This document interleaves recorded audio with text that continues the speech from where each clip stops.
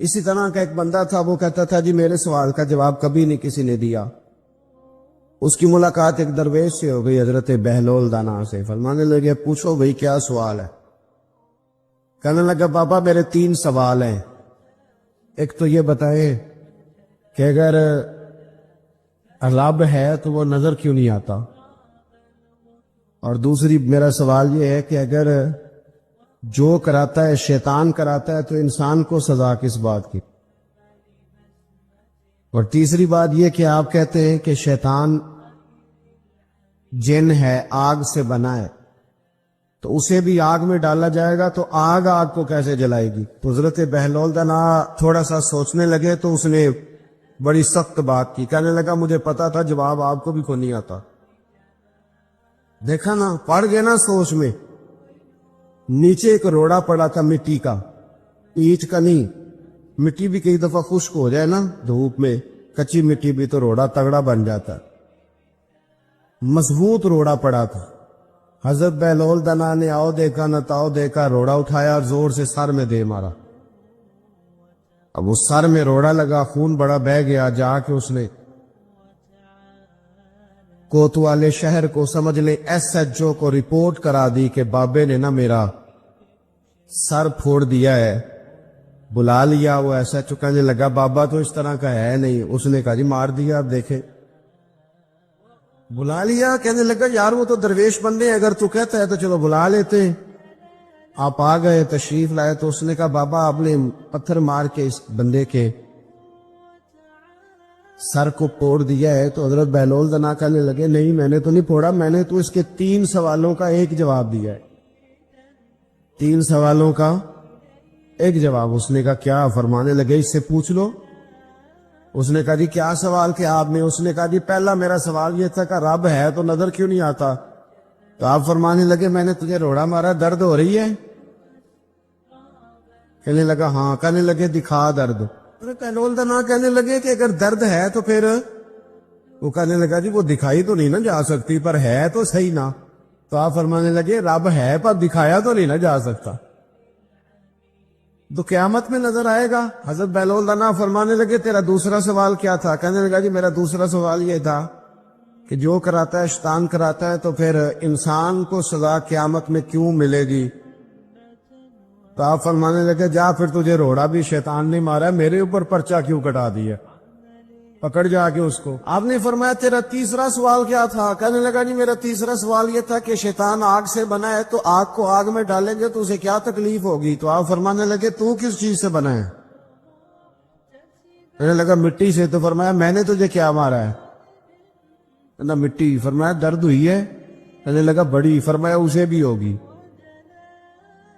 ہمارے آج کل کے جتنے امور ہیں ان امور کے اندر دنیا داری غلبہ کرتی چلی جا رہی، ہر کام میں دنیا داری کی آمیزش ہو جاتی ہے، نہ چاہتے ہوئے بھی، نہ ارادہ کرتے ہوئے بھی، بہت ساری جگہوں پہ۔ اور دنیا داری اتنی غالب ہو گئی ہے کہ دنیا ہی دنیا نظر آنے لگ گئی، دنیا ہی دنیا، یعنی کوئی چیز کیمرے کی آنکھ سے چھپ نہیں پا رہی، کوئی بات ایسی نہیں جس پر لوگوں کی نظریں نہ ہو، کوشش کریں۔ اور عجیب بات یہ ہے کہ دنیا داری ہو، دولت ہو تو اس کو چھپا کے رکھا جاتا ہے، اور دین کی کوئی بات ہو اس کو نشر کرنا ضروری سمجھا جاتا ہے تاکہ لوگوں کو میرے تقوی اور میری پرہیزگاری کی خبر جلدی جلدی مل جائے۔ میرے نبی کریم علیہ الصلوۃ والسلام نے خالص اللہ کی رضا کے لیے ہر کام کرنے کا حکم دیا۔ سیدہ عائشہ صدیقہ رضی اللہ تعالیٰ عنہ راوی ہے، الترغیب و ترہیب میں حدیث ہے، پیارے حبیب کریم سید عالم صلی اللہ تعالیٰ علیہ وسلم نے ارشاد فرمایا کہ حضور ایک دن مجمع صحابہ کے مجمع میں حضور نے پوچھا بتاؤ اسلام کی سب سے مضبوط بنیاد کیا ہے؟ ایک صحابی نے کہا یا رسول اللہ نماز پڑھنا۔ 5 وقت لوگ جمع ہوتے ہیں، ایک دوسرے کا حال احوال پوچھتے ہیں، معاملات ہوتے۔ یا رسول اللہ صلی اللہ تعالیٰ علیہ وسلم مضبوط بنیاد ہے اسلام کی نماز پڑھنا، 5 وقت جمع ہونا۔ حضور نے فرمایا بات تمہاری ٹھیک ہے پر تم میری مراد کو نہیں پہنچے۔ عرض کی حضور حج کرنا، مختلف رنگ، مختلف نسلیں، مختلف قبیلے، مختلف بولیاں، لیکن جب حج کرنے پہنچے تو لباس بھی ایک ہی ہو گیا، گفتگو بھی ایک ہی، لبیک اللہم لبیک لبیک لا شریک لک لبیک ان الحمد والنعمت لک والملک لا شریک لک لبیک۔ ایک ہی صف میں کھڑے ہو گئے محمود و اجاز، نہ کوئی بندہ رہا نہ کوئی بندہ نواز۔ نبی رحمت سید عالم صلی اللہ علیہ وسلم سے عرض کی حضور یہ حج جو ہے نا اس میں بڑی یکسانیت ہوتی ہے، ہر رنگ ہر نسل کا آدمی ایک تسبیح کے دانے کی طرح ایک جگہ پہ پرو دیا جاتا ہے، تو لگتا ہے یہ اسلام کی مضبوط بنیاد ہے۔ محبوب فرمانے لگے بات تمہاری ٹھیک ہے پر تم میری مراد کو نہیں پہنچے۔ عرض کی حضور پھر زکوٰۃ صدقات خیرات اسلام کی مضبوط بنیاد ہے، کیوں؟ وہ اس لیے کہ غریب امیر کو دیتا ہے، امیر غریب کو دیتا ہے، اور غریب امیر سے لیتا ہے تو ایک رشتہ بنتا ہے، ایک تعلق بنتا ہے۔ محسن کا اور احسان مند کا بڑا گہرا رشتہ ہوتا ہے، بڑا ایک دوسرے سے پیار کرتے ہیں، ایک دوسرے کو چاہتے ہیں، ایک دوسرے کے لیے اچھے جملے بولتے ہیں، ایک دوسرے کے لیے ہمیشہ ان کے جذبات ٹھنڈے میٹھے اور اچھے ہوتے، تو لگتا ہے یہ اسلام کی مضبوط بنیاد ہے۔ حضور فرمانے لگے بات تمہاری ٹھیک ہے اور تم میری مراد کو نہیں پہنچے، تو پھر صحابہ عرض کرنے لگے حضور ہماری رعایت فرما دے، پھر ایک رحمت کی نظر کر دے، آپ ہی بتا دیں اسلام کی مضبوط بنیاد کیا ہے۔ تو محبوب فرمانے لگے اسلام کی مضبوط بنیاد ہے اللہ کی رضا کے لیے کسی سے محبت کرنا۔ کس کی رضا کے لیے؟ خالص اللہ کی رضا کی۔ حضرت موسیٰ کلیم اللہ علیہ نبینا علیہ الصلوۃ والسلام پر اللہ کریم نے وحی فرمائی کہ اے موسیٰ، اے میرے کلیم، میرے لیے بھی کوئی کام کیا ہے؟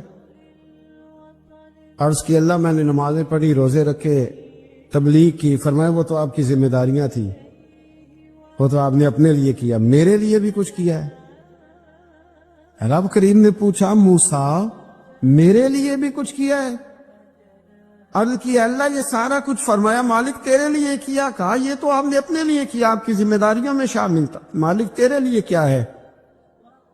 فرمایا کسی بندے سے محبت کی ہے کہ یہ اللہ کا بندہ ہے؟ کسی بندے سے محبت کی ہے کہ یہ اللہ کا بندہ ہے؟ یا کسی کے ساتھ تمہاری صرف اس لیے ناراضگی ہو کہ یہ اللہ کا نافرمان ہے، اللہ رسول کا دشمن ہے، معاذ اللہ بے ادب ہے؟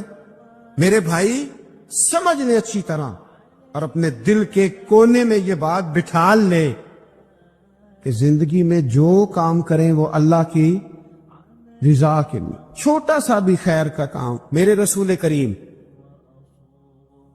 علیہ السلام کا جو سب سے پہلا فرمان ہے نا بخاری میں، وہ یہ ہے کہ انما الاعمال بالنیات، تیرے عمل کا دار و مدار تیری نیت پر ہے، تیرے ارادے پر ہے۔ بنیاد تمہاری نیت ہے،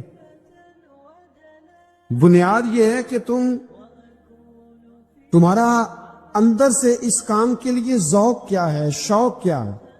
اگر وہ بنیاد مضبوط ہے تو پھر عمل کی جو آپ چھت ڈالیں گے وہ ساری چھت بھی مضبوط ہے۔ لیکن اگر ارادے کچے ہیں، کمزور ہیں، سازشیں ہیں، رنجشیں ہیں، اندر معاملات گڑبڑ ہیں، تو پھر کبھی دیواریں مضبوط ہو سکتی۔ نیتیں اچھی کریں، بڑی سادی مثال، بڑی صاف ستھری، مولا کائنات شیر خدا حضرت علی المرتضیٰ کرم اللہ تعالی وجہ الکریم نا، آپ ایک جگہ جنگ لڑنے کے لیے گئے، جہاد ہو رہا ہے۔ عرب کے جو لوگ ہوتے تھے وہ دشمن کو سزا بڑی سخت دیتے تھے۔ بعض لوگ مطالبہ بھی کرتے ہیں نا سخت سزا کا۔ ہمارا سرائکی کا ایک شاعر ہے، وہ کہا کرتا ہے جے تانگی ساڈی زندگی تو تے دے سخت سزا تیری جان چھٹے، ساکو مار نہ شاکر کستاں وچ یک لخت مکا تیری جان چھوٹے۔ عرب کے لوگ نا سخت سزا دیتے تھے، سخت، وہ اذیت دیتے، کبھی انگلی کاٹ دیتے، کبھی ہاتھ کاٹ دیتے۔ مختار سقفی نے جب امام علی مقام رضی اللہ تعالیٰ عنہ کے قاتلوں کو قتل کیا تو زیادہ تر کی گردنیں نہیں کاٹی تھی، بلکہ اس نے ہاتھ پیر کاٹ کے لوگوں کو جنگلوں میں پھینک دیا تھا، تڑپ تڑپ کے لوگ مر گئے۔ اسلام اس اذیت کا قائل ہے۔ اہل عرب اذیت دیتے تھے، بلکہ دشمن جب نڈھال ہو کے گر جاتا تھا نا تو اس پر گھوڑے دوڑا دیتے تھے، گھوڑے دوڑ جاتے تھے اس پر، لاشیں مسک کر دیتے، ناک کان آنکھیں نکال ڈالتے تھے، ٹکڑے کرتے تھے وجود کے، اذیت دیتے تھے۔ تو جب کوئی آدمی کسی کے نرگے میں آ جاتا تھا نا، قابو میں آتا تھا، تو اس کی خواہش ہوتی تھی کہ میں مارنے والے کو غصہ دلاؤں تاکہ مجھے جلدی مار دے، اذیت نہ دے، تکلیف نہ دے، مجھے جلدی مار ڈالے، جلدی قتل کر ڈالے۔ یہ ان کا مزاج ہوتا تھا، رویہ ہوتا تھا۔ حضرت مولا علی شیر خدا کرم اللہ تعالی وجہہ الکریم دشمن پر غالب آ گئے۔ جب غالب ہوئے تو اس نے معاذ اللہ حضرت علی پر تھوک دیا۔ کافر تھا، اس کا ارادہ یہ تھا کہ میں حضرت علی کو غصہ دلاتا ہوں تاکہ یہ مجھے جلدی مار دے، لیکن اسے نہیں پتا تھا یہ علی ہے۔ اسے نہیں خبر تھی کہ یہ جو خمیر ہے نا، ان کی تربیت مدینے والے محبوب نے فرمائی ہے۔ یہاں جو چمک دمک ہے اس کا رنگ ساری دنیا سے نرالا ہے، انوکھا ہے، شاندار ہے، وزادار ہے، کمال ہے۔ کہا حضرت علی پر معاذ اللہ میں یہ کام کرتا ہوں تاکہ وہ جلدی قتل کر دیں گے، لیکن جب اس نے مولا علی کی طرف یہ نازیبا حرکت کی تو حضرت علی نہ تلوار چھوڑ کے پیچھے ہٹ گئے۔ توجہ کرنا، رزلٹ دیکھنا، مولا علی پیچھے ہٹ گئے اور فرمانے لگے جا تو آزاد ہے۔ وہ کہنے لگا میں آزاد ہوں، کس طرح، کیسے؟ تو حضرت علی فرمانے لگے میرا تیرا ذاتی جھگڑا تو کوئی نہیں نا، نہ تو نے میری زمین پہ قبضہ کیا، نہ میرا مال لوٹا، نہ میری عزت پر ہاتھ ڈالا۔ میرا تیرا جھگڑا اللہ کی رضا کے لیے، خالص اس لیے کہ تو اللہ کی نافرمانی کر رہا، خالصتاً اس لیے تیرا اور میرا یہ جھگڑا ہے۔ باقی جہاں تک تعلق اس بات کا ہے کہ اب تو نے میری ذات شامل کر دی، اب تو نے مجھے تکلیف دے دی، اب تو نے مجھے اذیت میں مبتلا کر دیا، تو حضرت مولا علی شیر خدا فرمانے لگے اب ذات آ گئی ہے میری بیچ میں، اب میری ذات بیچ میں آ گئی، اب اگر میں تجھے قتل کروں گا تو لگے گا میں نے اپنے ذاتی غصے میں قتل کیا ہے، لہذا اب معاملہ یہ ہے کہ میں تجھے آزاد کرتا ہوں، اب تو چھٹی کر سکتا ہے، جا سکتا ہے، دوبارہ کبھی میرے ہاتھ آئے گی تو دیکھی جائے گی۔ مولا کائنات نے اسے چھوڑ دیا، لیکن وہ حضرت علی کا غلام بن گیا، وہ غلام بن گیا۔ کہنے لگا علی اب سمجھ آئی ہے کہ دین کتنا شاندار ہے، دین کتنا اعلیٰ ہے، دین کی قدریں کتنی پاکیزہ اور کتنی حسین ہے، اور کتنا منور ہے محبوب کریم کا دین، آپ مجھے کلمہ ہی پڑھا دیں۔